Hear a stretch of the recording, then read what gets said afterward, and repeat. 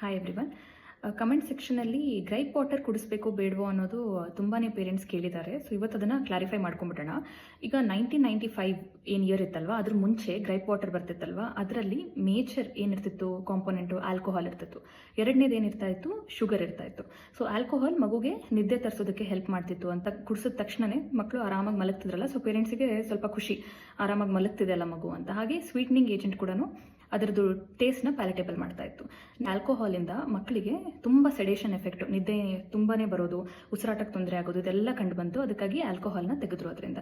ಈಗ 1995 ಆದಮೇಲಿಂದ ಆಲ್ಕೋಹಾಲ್ ಇರಲ್ಲ ಅದರಲ್ಲಿ. ಅದು ಬಿಟ್ಟು ಬೇರೆ ಬೇರೆ ಬ್ರ್ಯಾಂಡ್ಸಲ್ಲಿ ಬೇರೆ ಬೇರೆ ಕಂಪೋಸಿಷನ್ ಇರುತ್ತೆ. ಮೇನ್ ಕಾಂಪೊನೆಂಟ್ ಡಿಲ್ ಆಯಿಲ್ ಅಂತ ಇರುತ್ತೆ. ಅದು ಇಂಡೈಜೆಷನ್ಗೆ ಸ್ವಲ್ಪ ಮಟ್ಟಿಗೆ ಹೆಲ್ಪ್ ಮಾಡುತ್ತೆ.